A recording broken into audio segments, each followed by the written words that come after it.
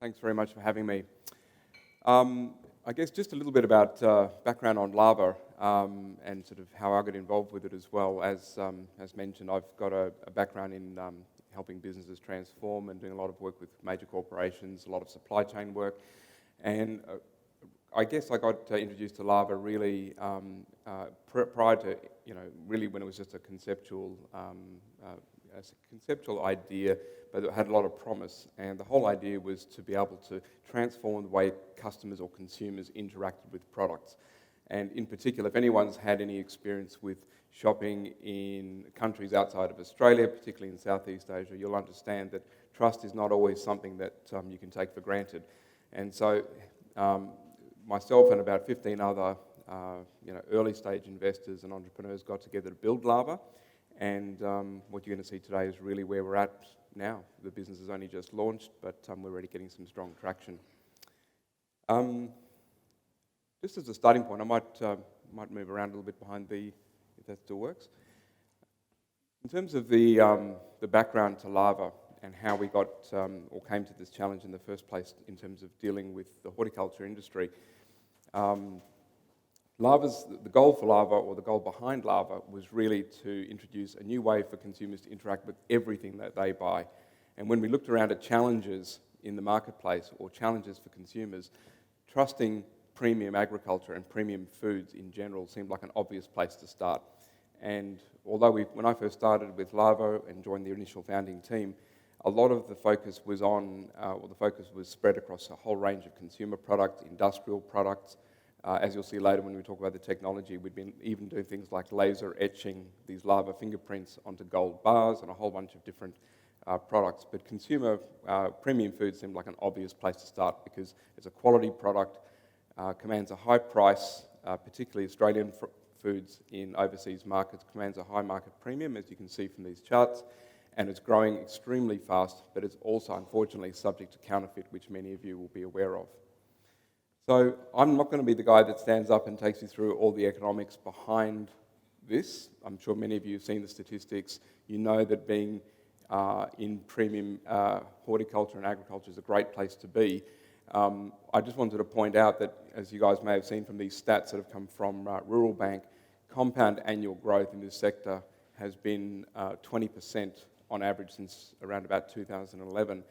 And rising, and this is particularly in terms of exports. And as you can see here, a lot of the growth is in places like China, Indonesia, Vietnam, and other Southeast Asian countries as well. So taking advantage of that growth is obviously, a real benefit. This is just talking through a number of retail themes. In particular, I wanted to focus a little bit on China as part of Southeast Asia or Asian exports in general. And some of the key trends that are developing in retail in that part of the world. Again, just a brief show of hands. Anyone travelled to places like China recently in the last, say, 6 months, a year? Okay. Some really fascinating stuff. As I've said here, basically China, Asia as really the new sort of next frontier for retail, for the retail consumer and for retail in general. I think we all know the story, rising incomes, a lot more choice, but certainly very rapidly rising sophistication as well. Jeez, I hope I didn't break that. One of the key things I think most people would be aware of is that most Chinese consumers and Asian consumers in general, when they're engaging with the products that they buy, when they're looking at buying something, they're very, very interested in the story behind the product. So the whole idea of experiential consumption is a major factor for particularly Chinese consumers.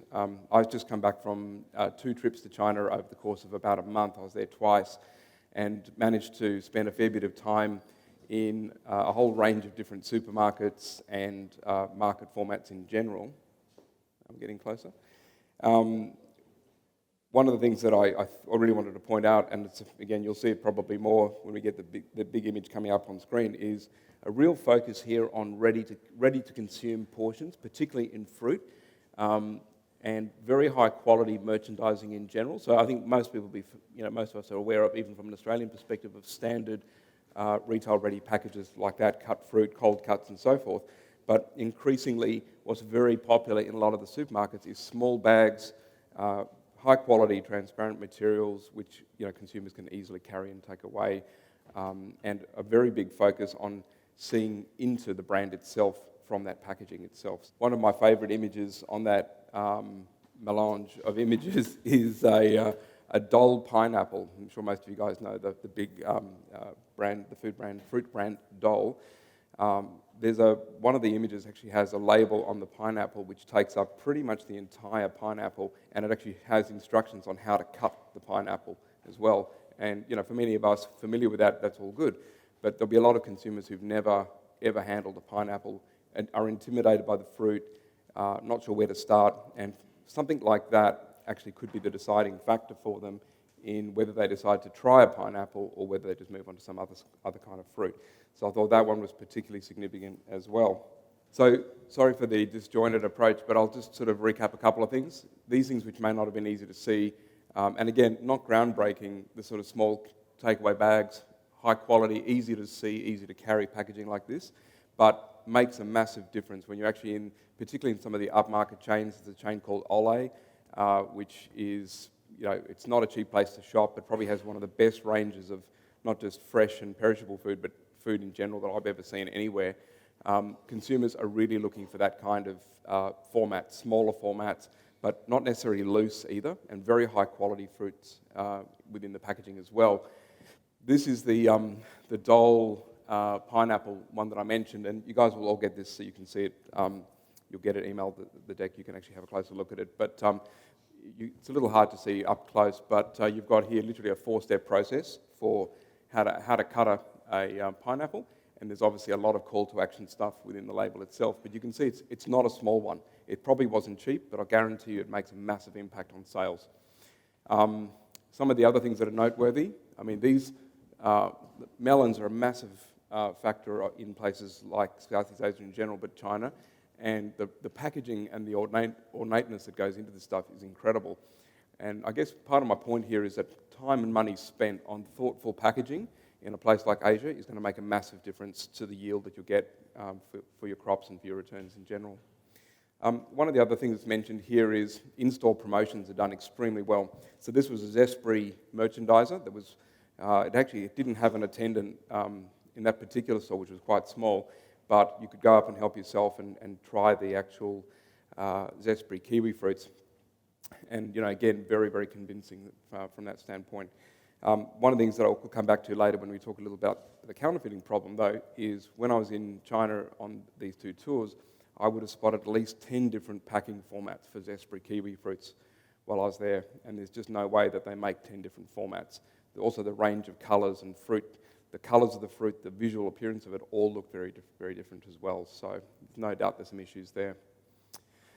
So as I mentioned, the label itself, I'm seeing this particularly in Asia, is becoming, it's almost like we've gone back to how labels started and how brands started. It's very much the gateway to selling the product and very much kind of the new media that consumers use, not only to decide whether they buy something, but what to actually use when they take it home, as you can see with that pineapple example.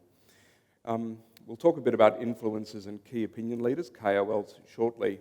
But one of the things that surprises a lot of people who are selling into Asia in general is the speed of the trends and the pace of tastes and cycles, and how fickle what worked today and what was popular today can suddenly be old hat and dry tomorrow. So I want to talk to you a bit about one of the key phenomena that's happening in China, and it's not just China, but it's particularly prevalent there. And I want to point out as well, one of our speakers later today, Tristan Kitchener, is going to be going into more detail about this phenomenon known as residential buying groups. And in Chinese, it's known as tuanguo, and basically what it means is group buying. And so I think most of us are familiar with the idea of daigou shoppers. So you've probably heard the stories or seen people literally buying cans of milk, baby formula, and sending it to China on behalf of Chinese consumers there, so that they know that it's the genuine thing and they can trust it, but also so they can actually access it as well. This is taking it to the next level. Now, these apartment blocks, I'm sure many of you have either seen them or have seen photos of them in China. Some of them are the size of not just small cities, but actually big cities. So this particular one here, I think, has something like 100,000 residents in it. And what's actually starting to emerge now is this whole idea of group buying. So someone enterprising in each of these towers will literally rent out their apartment and have potentially 20 or 30 fridges in that apartment, pantries, and then they will actually consolidate orders from all the residents in the apartment and go to market and actually deal directly with a grower or an exporter or a packer to get a better deal for their customers. And also it helps to solve a lot of the issues of counterfeit as well. Now, again, I'm not going to go into a huge amount of detail about these guys because Tristan's going to be talking about them later, but this is a great example of what I call retail done right in China. It's a couple of Australian guys, James Hutchinson, just over here, and Tyler Yee. These two guys run a business called James Tyler, as you'd expect. And these guys, rather than thinking of themselves as a typical exporter from Australia into China, these guys are focused on being the importer to China for fresh, perishable goods especially. What separates them from a lot of other players is they have really, really good relationships with the growers. I don't know if any of you guys, has anyone heard of them or dealt with these guys at all? Okay. Main crops they've been dealing with in terms of horticulture have been things like cherries so far, but they're now starting to look at grapes and also other fruits as well. Some of the trends these guys tap into is literally directly supplying and actually setting up, in some cases, the residential buying groups that Tristan will talk more about before, as well as cultivating what they call key opinion leaders. I don't know if you've heard this term, KOLs. We know them in Australia and in America, through social media, as influencers. And, it's quite amazing some of the following that these guys can have. But in China, it goes a step further. This particular video, which I'll include a link of, or you can certainly access to from the James Tyler site as well, has been watched 2.6 million times. Now, this video shows, this is the KOL here. This lady's got about, I think, 3.5, 4 million followers on Chinese social media through WeChat, which is their major social media platform, as well as others like TikTok that are emerging. So she's got millions of followers. She's a massive fan of Australian goods, like not only cherries, but also things like oysters and lots of other wine and so forth. So James, who sat next to her here on a plane, literally organised a tour for them going all the way from the top of Tasmania right down to the bottom as well, and featured along the way a stop in at Lucaston Park where they picked cherries and ate cherries with the orchard manager, and also drank wines. They ate oysters. They ate their way and drank their way down the east coast of Tasmania. And as I said, that video went viral. But it wasn't just a generic video. What's in it as well is literally every place you stop, there's a click to buy portion of that video, and it's all tied into the James Tyler supply chain, which Tristan will talk about further today as well. I want to talk about the flip side. So there's great opportunities in China, but there's also the dark side. And this is not just China, this is any part of Southeast Asia. I think most of us would be familiar with the scourge of counterfeiting. The stories are famous. In the case of alcohol or wine, well, let's call it wine and beverage in general, around about somewhere between 40 and 120 people a year either die or get very, very sick in China from drinking contaminated or fake alcohol. Kidney problems, and some of them just die outright. There's also been a lot of food safety issues that many of you guys would be aware of with E. coli, listeriosis, and other problems in fresh produce as well. Now, most of these stories happen to other people, but this one happened to me, so I thought I'd write about it. I had a big day one day, and I bought myself a bottle of wine, which was meant to be from Bordeaux, from the local supermarket. Cost about 25 Aussie dollars, and from my read of the bottle, it looked pretty good.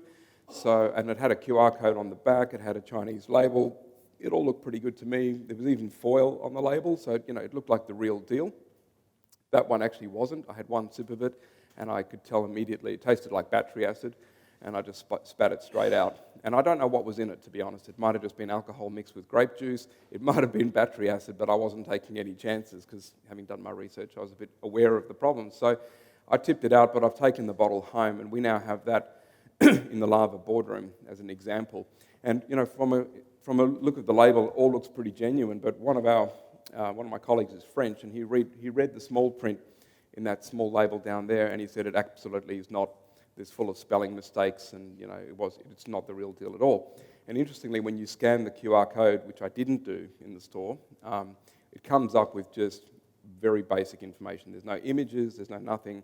It's got a price, and the price actually has the decimal place in the wrong place. But this is part of my point here, and you'll see it later, is how would anyone know that that's the genuine article or not the genuine article? Consumers are blind, and this happened directly to me in China, and it wasn't the only example, but it's the only one I've got time to talk about. So this is a major concern for Chinese folks, but also for all consumers in the region. As you can see from there, around about 27% of Chinese, for them, this is their most important issue, is can I trust what I'm putting in my body? Can I trust what I buy? And the point that we've built Laava around, or the concept we built Laava around, is the idea that the brand that offers greater transparency and trust is the one that's going to get a better return for their product, and it's going to succeed in the market as well. And beyond traceability is a key point as well. There's a lot of talk that, I think the term itself is misunderstood. If you can trace the product, surely that's good enough. You can see it all the way through the supply chain. But that's not the end of the story. Traceability is just part of a bigger issue or a bigger opportunity around what we call integrity systems. And that picks up things like authentication, provenance, so literally the story of the thing and the story behind the thing as well, which is really important. Then at a governmental or country-to-country level, there's things like biosecurity, which are really, really important, certification and compliance, and then the ability to speed up trade flows, which is something that Laava's working on very closely with a number of industry bodies in particular, which is if you can demonstrate that the thing you're looking at, or if a government can actually understand that a region like Shepparton in Victoria can actually secure or can assure that the product coming through its through borders is actually traceable and high quality, then it can actually flow through quicker potentially as well. I'll mention just briefly the issue with QR codes. Has anyone ever scanned a QR code themselves? Probably a few. It's not something we do a lot in Australia. Scanning is not really part of the retail experience, but Laava's view is that within 10 years, consumers will routinely scan most things, or at least be comfortable with the idea of interacting with the product digitally to be able to learn more about it. And as I said, from my experience in markets like China, if I could have scanned something and reliably trusted it, it would have saved me a wasted purchase and potentially getting sick as well. Without going into the detail, and I'm happy to talk to you guys about this afterwards, there are 2 cans of Bellamy's milk here. The one on the left is the genuine one, and that QR code takes you to mybellamys with 2 L's.com, and it actually individually identifies that can of milk, and hopefully you can trust it. Our devious co-founder and CFO, Patrick, created the one on the right, where he basically created his own QR code, which you can do for free. You can download an app right now from the app stores and create QR codes to your heart's content. And this particular one goes to mybellamys with 1 L, which cost us $14.95 on GoDaddy to go and register that domain. And all we did was copied the scan results from the left to the one on the right, and the consumer is none the wiser. Now that whole process, including the mock-up here of the can, took us under half an hour to do, well, plus registering the domain. So it's really not hard for counterfeiters to do, and when you make it easy by giving them a tool or using tools like QR in your supply chain, it's even more concerning. And this is how the counterfeiters dealt or created my wine challenge before. And what I want to talk about a bit is that there's actually a spectrum of problems when we talk about counterfeit and substandard goods in general, of which counterfeiting is really only just one end of it. So at the other end, you've got genuine products, but then you've got a whole bunch of other problems that come under the remit of traceability, and that solutions like Laava and the partners that we work with in blockchain and in traceability can help with. Seconds are a big issue. Diverted products. Overruns. Overruns is probably one of the most common ways, not so much in horticulture, but particularly in consumer goods. You simply, a factory will actually produce more of a particular item than they were allowed to or they were contracted to, and they'll then sort of sell it through their own channels. That's a common problem. But in horticulture especially, adulterated and tampered are probably the biggest issues. And this is cases where a legitimate product will go to market, and then the packaging that it's in will either be copied or will be emptied and reused, which is a common thing. And I was speaking at dinner last night with a few of you were already aware of how that's been a problem in the industry, and particularly in those sectors that use things like shipping boxes or 19-kilo boxes, as well as things like cherry boxes and other sort of packing formats that are similar that can be reused. In fact, at most Chinese wet markets, next time I go I'm going to take some photos of this, amongst all the stalls there's actually a box shop, which in most of these wet markets, which some of you may have come across. I don't know, has anyone seen one of these themselves in a wet market? So there's shops where you can literally buy either old, reused box, so second-hand boxes, or you can actually buy look-alike copy boxes as well. And you'll see that that's been quite relevant to one of the clients we've been working with in particular. So how does this all happen? I guess there are two sort of ends to the spectrum here. On the one hand, you've got growers like yourselves and your members who are really passionate about producing high-quality products that can be trusted. And on the other end of the spectrum, you've got consumers who really want this stuff, and they really want to be able to trust what they buy. If you're particularly, think of me in China, I would have paid extra if I had known that I could trust that particular item that I bought as well. The problem is in the middle. You've got very long supply chains, particularly in places like China, but also in Vietnam, Thailand, and other Southeast Asian countries, where things happen. You've got wholesalers, importers, you've got a whole range of different actors that are in the chain, and then you've got free ports like Hong Kong, where you don't have inspection. It's part of what makes them great ports to work with, but of course stuff can just simply flow in and out very, very easily as well. So that's where the problem happens, and that's what we call the grey zone. And this is not just a problem we've observed. We work closely with a company called Oratane.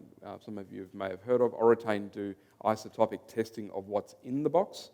And this is one of the issues that they've, or one of the origin points that they've found from their research as well. I wanted to also talk a bit about CIQA and GAC. I don't know, has anyone heard of these organisations? So it's the China Inspection and Quarantine Association, which is the policy arm of the Chinese government that control borders, and then you've got GAC, which actually run the borders and the inspections themselves.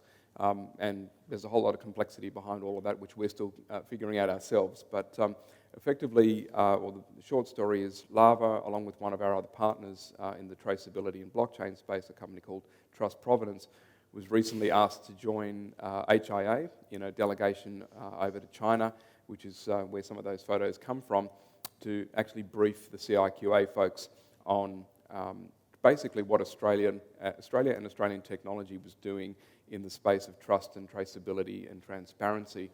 And so we gave them an update on what we've been doing with some of our projects, which we'll talk about in a sec. And their view was, fantastic guys, excellent that you're taking these steps. We want to be able to work more with you. There was a whole bunch of interest in the projects we were doing, particularly with companies like Reed Fruits, we'll be talking about shortly. But the key point was, we need to trust you. We need to be able to trust Australian food, and if we can, it's excellent, because we've got to feed 1.4 billion people every day. And they also said to us, P.S., Australia needs to step up its exports to China by 7-fold within the next 10 years. And, that immediately got us, there's a lot of raised eyebrows in the room, but, that's a significant statistic. China's got a lot of people to feed, and they are increasingly wanting high-quality products that they can trust. They're very impressed by what the industry had done, including HIA, around initiatives like Fresh Care and HARPS. And I won't go into that right now, but there's some opportunities there for Australia which we're exploring. They've also pointed out that New Zealand and countries like Norway with salmon, New Zealand with kiwi fruits, they kind of hinted that these guys are well ahead of the game. They've got their supply chains at an industry level starting to be harmonised now and starting to work with us, so we can take their products straight through the borders with minimal checks. So that was something that they emphasised. They also said this whole thing about blockchain, it's not a fad. We know from what we've seen in the press, China's president wants to make China the global leader in blockchain. So while for many of us it's still a question of how will that work from a technology standpoint, Laava's got 6 blockchain partners who are actually moving product through supply chains where the blockchain is acting as that traceability record, if you like. Not to say that you have to use blockchain to achieve it, but it's one of the key things. And their kind of message really to us in general, not just Laava, but HIA and everyone in the room, we also had representatives from the embassy there as well, was get on with it. There are great opportunities there, but actually get moving, Australia. And they actually asked if they could participate in the pilots that we were doing started late last year, and we're doing this year as well. And we think that there are great opportunities to do that with APAL, as well as with HIA in general.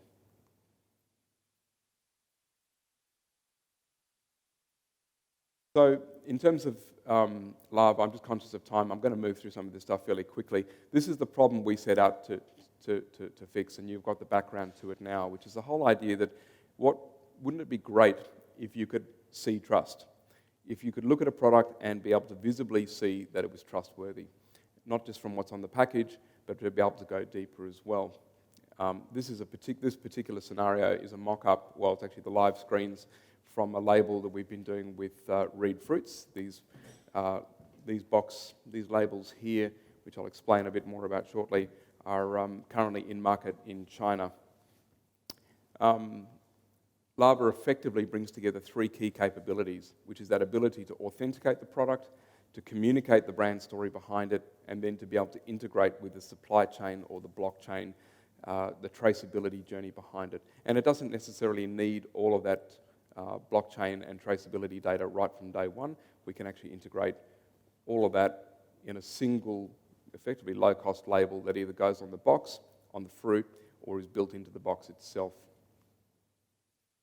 I'm going to skip through most of this stuff except to say Laava's about 2 years old, and we only really just started commercialising the product late last year. From about mid last year, we started with our first product in market, which was a project we did with Tamburlaine Wines out of Sydney, out of the Hunter Valley. The next project was with Reed Fruits, and then that led to another project then with Hanson Orchards as well. The way that the Laava technology works, this is an example of what we call a Laava smart fingerprint. And what's on the left there is a WeChat mini program code, which looks a bit like a QR code. The reason we have both of these together is, particularly for Chinese consumers, it's a shorthand way for them to be able to pick up a product or a box without having to type in anything or download any apps. They all carry WeChat with them wherever they go. They scan this one, they know what this is already. These are secure in the sense that they only work in WeChat. They're not serialized, so they're not unique to each box, but all it does is it launches our scanner, and it launches it really quickly. The one on the right is the Laava fingerprint itself. Now, the fingerprint, the key difference about the Laava fingerprint and our technology over things like QR codes is that the whole process is fully optical. It uses a computer vision process. So when you actually take a scan of a box, what it's doing is it's sending that whole image back to our servers. It's checking to make sure that that fingerprint is valid and that it's one of ours, and then it's checking it against business rules to say, should that box be in China? How many scans has it had? Has it had too many? Should that particular fingerprint be with another fingerprint? So we can actually have them as paired elements, so one on the outside of the box, one on the inside of the box, and a whole bunch of other things like that. The key thing is Laava builds really the front end into things like blockchain and traceability systems. And it's not just blockchain, but software packages like Pack Manager, which you'll see shortly as an example of one of our case studies that we've integrated with. So I've mentioned Reed and Hanson a few times. Obviously, you guys, I think I can take it as read, most people know the brands themselves, know the region. Obviously, extremely highly prized in China. This is Tim Reed meeting President Xi with someone else you know a couple of years ago. After that visit, Reed Fruits business, which was already very well regarded, really took off massively. And their neighbours practically across the road at Hanson Orchards as well. Between the two of them, they export around about 1 million boxes of cherries, 2 kilo boxes of cherries a year, mainly to China, but to other countries as well. I should probably point out as well, these guys have had significant problems with QR codes being ripped off and copied. So Reed's had individual QR codes on their boxes last year and the year before, and they've had every other element of their packaging copied and ripped off. There's actually a case study that's just coming out now that Austrade have prepared, which will circulate, but certainly available on the Austrade site, that talks about the journey that these guys had. So this is the Laava solution for them. As I mentioned, this season, every box of Reed and Hansen cherries, both those for domestic and also for overseas consumption, are all going to have Laava fingerprints on them. But there'll be two different packaging formats as well. So the Reed labels, which you saw before, these ones here, are pre-printed. So they're all done before the season, and they're just manually applied on the boxes as they're assembling the tops. In the case of Hansen, it's a little hard to see, but we've integrated them with Pack Manager, and these are the standard, packing labels. I'm sure many of you would have similar yourself.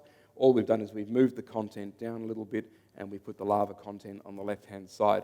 Now that integration with Pack Manager is live now, and any Pack Manager customers can actually have Laava directly implemented into their packing labels virtually straight away. So if you're interested in that, or if it's something you're considering, speak to me after the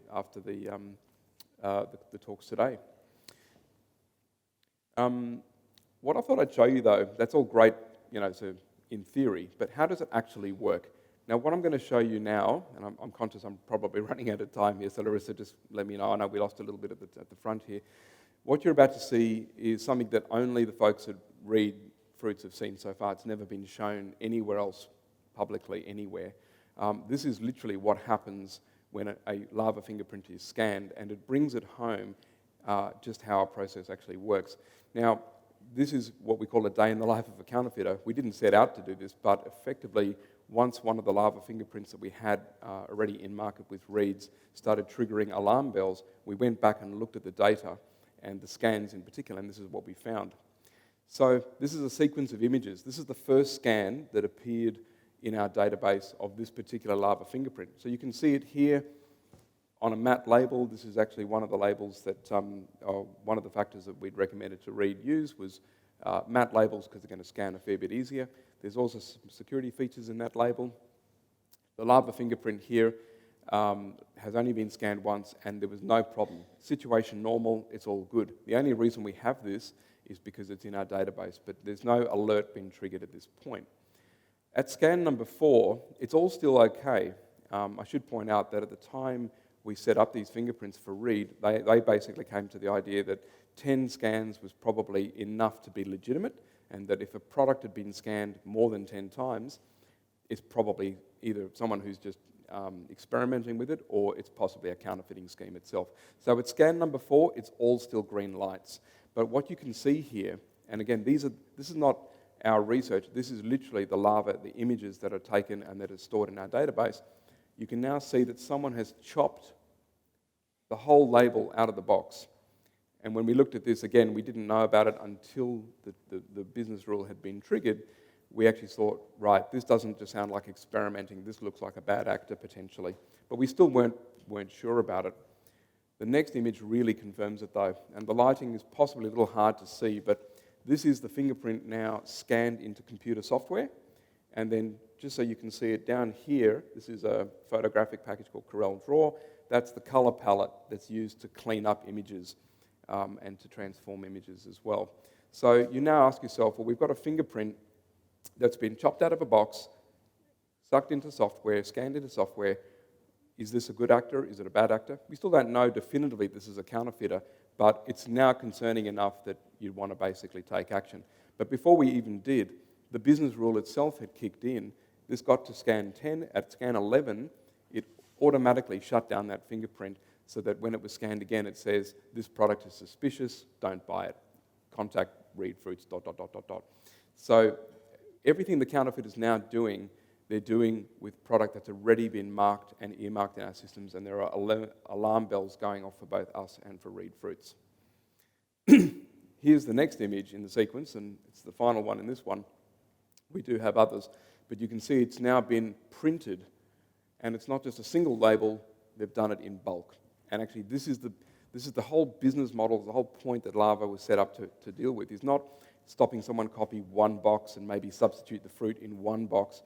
But what we're trying to break is that we're trying to break the business model of the counterfeiter and just make it not worth their while to create thousands and thousands of fake labels. You can see as well, it's a shiny label. There's some sheen on here, and there's some other things that we can see in that label that are not present in terms of security features. And the fact that we can actually see these things with our own eyes, we can submit these to forensic detectives, we can submit them to police, and other investigators to authorities, starts to give some really powerful evidence and some really powerful capabilities that Reed haven't had before. That was the end of that story. I'll just quickly mention we've got a similar pilot now running with Bite Riot, Fiona Hall, and we're about to start one with Rombola Farms. This is the Laava fingerprint here integrated into their Coles label there. How are we doing for time? Time to wrap up? Yep. Yeah, I'm very interested in this. Obviously, how would the application be? You talk about putting those fingerprints on boxes. How would the application be for individual fruits, like an apple or a pear? Yeah, really good question. So I guess, well, the first answer is we can print them onto labels, onto per piece labelling as simply as we can for any other type of format. So every Laava fingerprint is unique, and so we literally could identify and then protect each apple in a box as well. So it's certainly feasible. I've currently got discussions going with Sinclair Labels, who I think most of you would know, probably the world's biggest fruit labeler. They're really interested in the technology. We know we can do it technically already, so it's just the conversations that are now going on is about mass distribution with them. And we're also doing the same thing. We're having a similar discussion with companies like Multicolour, who do all the wine labels, as well as Aurora, who do a lot of the packaging as well. So we can not only print them into the label, we can print them directly into boxes as well. So the lids don't need to be manually applied the way that Reed did. That was obviously our pilot, but yeah, it can be done that way. The only thing I would say is scanning at the cash register is a question. So the Laava technology at the moment is we deliberately haven't gone and started engaging with the Woolworths and the Hermars and the Walmarts of this world and actually said, like, we now want the technology to be scanning at the cash register. The main reason is it takes a long time. The second reason is we're members of GS1, we're just joining in a formal capacity at the moment. And what we think we could rather do, although we can definitely get to the point down the track where they'll scan at the till, the whole idea is let's use data bars or whatever they're using as standard GS1 barcodes. If that's working as a technology, we can actually integrate that within the Laava, within the fruit label itself, either as part of a single label, or we could just have two potentially as well. I was just interested in seeing all the plastic bags in your China thing and your comments about packaging, etc. Yep. How do you think the recent announcement by the Chinese government that they're going to ban single-use plastics, and I think they said they were going to give fresh produce up to 2025 to deal with that issue? How do you think that's going to impact all of that stuff you see there? It's a great question. What I found in general is that the Chinese are actually at the forefront of a bunch of innovations in packaging. So, I mean, certainly these old single-use plastics are, they've got a time limit, not just in China, but here as well. There's a company, I can't remember the name of it, based out of WA, that have got a fully biodegradable package where it uses a combination of what looks like a cardboard backing, but also there's a clear front as well. And I think it's all based on either rice or some kind of organic agricultural byproduct as well, where the whole thing is biodegradable and recyclable as well. So I actually think, particularly at the scale these guys move and the pace at which they move, the innovation will likely come out of China well before then. And for them, it's a pressing issue because garbage is a massive issue for them as well. But yeah, no, it's a great question. And Nadia, just to your earlier question as well, hard to see, but the top right-hand corner there's this avocado label from Mr. Avocado. I took that at Asia Fruit Logistica last September. It's one of my favourite labels, bar none, because it's actually got a QR code in it, but there's actually a lot of brand promotion stuff going on in here as well. Plus I guess there's a key thing here is some people are afraid of having labels on fruit or labels that are too big, and I'm not saying they have to be massive like that, but when you actually think about the fruit and the label as being a mobile billboard for your product, it's a fantastic thing. Thanks, everyone.